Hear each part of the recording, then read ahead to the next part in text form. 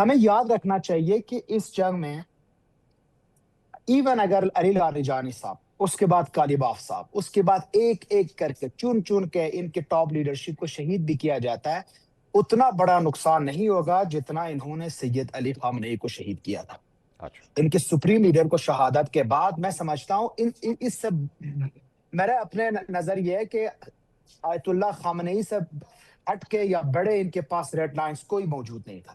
جب آیت اللہ خامنئی کی شہادت کے بعد یہ اتنے زبردست ڈٹے ہوئے ہیں، تو مجھے نہیں لگتا کہ لاریجانی یا ایون غالباف صاحب یا کوئی اور کے جانے کے بعد کوئی چینجنگ ایران کی حکمت عملی میں آئے گی۔ یہ بھی یاد رکھیں، ہر وہ دن جس میں ایران مزاحمت کرتا ہے اور جھکتا نہیں ہے، وہ ایران کے لیے فتح کا دن ہے، اور ہر وہ دن جس میں امریکہ ایران کو جھکانے میں ناکام رہتا ہے، وہ امریکہ کی شکست کا دن ہے۔ اس لیے میں ان کی جرأت کو سلام دیتا ہوں کہ 18 دن سے یہ اسی جنگ کو ہر روز جیتے آ رہے ہیں، اور یونائٹڈ اسٹیٹ اور اسرائیل، دو سپر پاورز، ہر روز پچھلے 18 دنوں سے اس جنگ کو ہارتے آ رہے ہیں۔ اس سے ان قربانیوں کی وجہ سے ایرانی قوم اور بھی مضبوط ہوگی۔ ان میں انشاءاللہ آپ ویکنس نہیں دیکھیں گے۔ باقی صاحب، اس سارے معاملے کے اندر جس طرح آپ نے علی خامنئی صاحب کا ذکر کیا اور اب علی لاریجانی صاحب کی بات ہو رہی ہے، کیا یہ بہت بڑا سوال نہیں ہے کہ وہاں پہ ایسی کون سی انٹیلیجنس ہے یا موساد کی جانب سے کیا ایسا نیٹ ورک ہے کہ ان تمام اہم رہنماؤں کے حوالے سے ان کی لوکیشنز پن پوائنٹ ہوتی ہیں، یا کوئی سیکیورٹی پروٹوکالز کا جو ہے اس کے اندر کوئی ڈیفیشنسی نظر آتی ہے؟ کیا یہ سوال وہاں پہ نہیں کیا جا رہا؟ بالکل یہ سوال کیا جا رہا ہے، ہم خود بھی پوچھ رہے ہیں اور بہت سخت کرٹیسائز بھی ہم کرتے ہیں، لیکن اس کے ساتھ ساتھ اس پہلو کو بھی آپ مد نظر رکھیں۔ آپ سپر پاورز کے ساتھ لڑ رہے ہیں، پچھلے 40 سالوں سے انہوں نے فوکس اپنا مرکوز رکھا ہے ایران کے اوپر، ان کی ہر موومنٹ کے اوپر۔ تہران کے اندر کتنے اور بلڈنگزیں بچی ہوگی گورنمنٹ کی، نیشنل سیکیورٹی کاؤنسل کی، جو کہ ان کو پتہ نہ ہو؟ یہ تو سب کو پتہ ہے، لیکن آپ 18 دن سے تہران کے اندر ہر روز 18 سے 20 بار جب بمباری کرتے ہیں چن چن کے بلڈنگوں کے اوپر، ایک ہی راستہ بچتا ہے ایرانی لیڈرشپ کے پاس کہ وہ جا کے چھپ جائے بنکروں میں۔ لیکن یہ وہ قوم نہیں ہے جو جا کے بنکروں میں چھپے۔ علی لاریجانی صاحب تو آپ نے یوم القدس کی ریلی میں بھی دیکھا، لوگوں کے سامنے آ رہے تھے۔ اس کے ساتھ ساتھ یہ صبح سے شام تک، صبح 5:30 بجے سے رات کو 10:30 بجے تک ان کی 10 سے 15 ڈیلی میٹنگز ہوتی ہے۔ یہ میٹنگز کہاں پہ ہوتی ہے؟ بنکروں میں نہیں ہوتی، بلڈنگز کے اندر ہوتی ہے۔ اگر آپ کو پتا ہے نیشنل سیکیورٹی کاؤنسل کے 8-9 بلڈنگز ہے تہران کے اندر، اور آج صبح سے لے کے صبح 4:30 بجے سے لے کے رات کو 12 بجے تک 10 بار اسی بلڈنگوں کے اوپر ہٹ کرتے جائیں گے، تو ایک نہ ایک دن تو انہوں نے شہید ہونا ہی تھا۔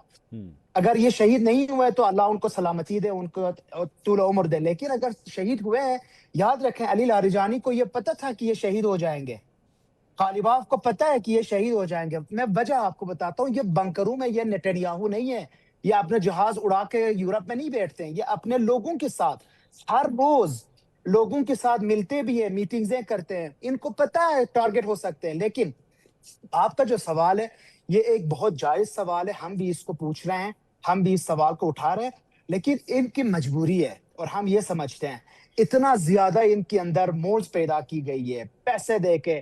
پھر ایرانی جو بغاوت میں آگئے تھے، مونارکسٹ جو یہاں پہ تھے، MEK جن کو منافقین کہا جاتا ہے، اس رجیم کو چینج کرنے کا مقصد صرف امریکہ اور اسرائیل کا بھی نہیں ہے، 10-15% ایرانی عوام بھی ہے جو اس رجیم کو چینج کرنا چاہ رہے ہیں، مائنورٹی میں لیکن ہے۔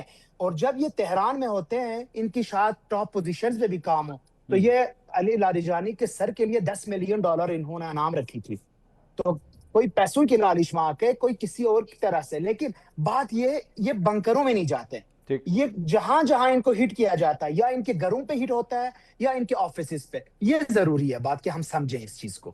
باقی صاحب، اس سارے معاملے کے اندر ظاہری بات ہے علی لاریجانی ایک بہت بڑا نام تھے یا ہیں، ظاہری بات ہے میں کنفرم نہیں کہہ سکتا، معذرت اگر میرے الفاظ جو ہیں وہ درست نہ ہوں، لیکن اس سارے معاملے میں ایک بہت بڑا سوال یہ ہے کہ اس وقت پھر لیڈرشپ کے حوالے سے جس طرح مشتبہ خامنائی ہیں، ان کے حوالے سے بھی اسپیکولیشنز کی جا رہی ہیں مختلف قسم کے سوشل میڈیا کے اوپر، یا ایون امریکن میڈیا بھی جو ہے مختلف قسم کی اسپیکولیشنز کر رہا ہے کہ وہ پبلک ڈومین میں بھی کہیں نظر نہیں آئے۔ ڈونلڈ ٹرمپ نے ایک جگہ پہ کہا کہ جناب ان کے پاس یہ خبر ہے کہ شاید وہ زخمی ہے۔ تو پھر آخر اس وقت ایران کے معاملات کو آخر ہینڈل کون کر رہا ہے؟ رجیم کو اس وقت ہیڈ کون کر رہا ہے؟ فزیکلی پبلک ڈومین میں کون موجود ہے؟ میں آیت اللہ خامنئی صاحب کو اس ریجن میں one of the best strategist سمجھتا ہے. آپ جتنے بھی لیڈرز ہیں ان کا کاروائی چیک کریں، ان کی جو منصوبہ بندی ہے چیک کریں. مجھے لگتا ہے کہ خامنئی صاحب ایک بلند ترین سطح سے فیلڈز کو دیکھ رہے تھے، میدان کو دیکھ رہے تھے. ان کو پتا تھا ایک نہ ایک دن ہم نے گریٹر اسرائیل کی مد میں کھڑا ہونا ہے، ہمارے اوپر اٹیکس ہو جائیں گے، امریکہ ساتھ دے گا اور ہمیں ختم کرنے کی کوشش کی جائے گی. اسی لیے 2005 سے آج تک انہوں نے موزائک اسٹریٹجی کو اپنایا تھا، اپنے گورنمنٹ کے لیول پہ بھی، اپنے ملٹری کے لیول پہ بھی، اور ایون عوام کے درمیان بھی. موزائک اسٹریٹجی کا مطلب یہ ہے اگر آپ ٹاپ ہیڈ کو جو سربراہ ہے اس کو آپ شہید کرتے ہیں، باقی جو اعضاء ہے، باقی جو ڈپارٹمنٹس ہیں وہ اپنے کام جاری رکھ سکتے ہیں. ضرورت پڑنے پہ یہ دوبارہ اکٹھے ہو کے ایک بالکل موزائک کا فرش آپ دیکھ لیں، وہ سب ایک ہو کے ایک نقشہ بنا سکتے ہیں. لیکن اگر ان کے بیچ میں کوئی بم گرتا ہے اور یہ ٹکڑے ٹکڑے ہو جاتے ہیں تو ہر موزائک اپنا کام جاری رکھ سکتا ہے. اسی طرح ایران کے اندر جو ابھی لیڈرشپ ہم دیکھ رہے ہیں، پہلی بات تو یہ ہے کہ خامنئی صاحب کو کہنے کی جو باتیں ہیں آج کل وہ یہ ہے کہ زخمی تو ہوئے ہیں لیکن بالکل ہوشیار ہے. اور یہ جو ترکیے کے فورن منسٹر تھے انہوں نے بھی اس کو میرا خیال 2 ٹویٹس میں بتا چکے ہیں کہ خامنئی صاحب زندہ ہیں اور وہ بہترین طریقے سے مینیج کر رہے ہیں. تو میں آپ کو یہ بتانا چاہ رہا ہوں، یہ سارا جو لیڈرشپ کی بات کر رہے ہیں آپ ملیٹریلی، میں تو آپ کو سڑکوں کی بات کرتا ہوں. آج تک پیٹرول پمپس بند نہیں ہوئے ہیں، آج تک شاپس بند نہیں ہوئے ہیں، فوڈ سپلائی ڈسٹرب نہیں ہوا ہے. یہاں پہ یہ جو کام کرتے ہیں صفائی کرنے والے میونسپیلٹی کے اندر وہ ابھی تک کام کر رہے ہیں، انہوں نے کوئی چھٹی نہیں لی ہے.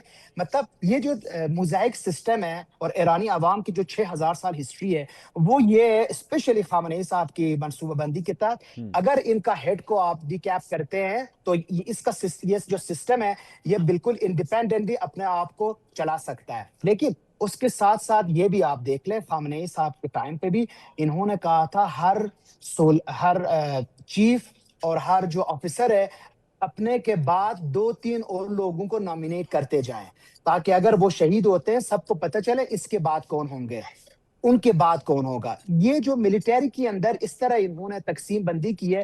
ابھی علی لاریجانی صاحب کی شہادت کی خبر آتی ہے، میں آپ کو کنفرم کرتا ہوں کہ 10 گھنٹے کے بعد نیا جو سیکرٹری آئیں گے نیشنل سیکورٹی کونسل کو سنبھالنے کے لیے، اور بالکل اسی طرح چلائیں گے جس طرح علی لاریجانی صاحب چلا رہے ہیں.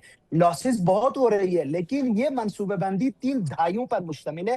اس لیے ان کو یہ سارے جو چیزیں تھی انہوں نے پریڈکٹ کی تھی خامنئی صاحب نے، اگر میری شہادت ہوتی ہے تو کون چلاتا ہے، بہت سسٹم کیا شکریہ، ہوگا. بہت شکریہ حسین باقری صاحب، ایرانی صحافی اور تجزیہ کار تہران سے ہمارے ساتھ موجود تھے.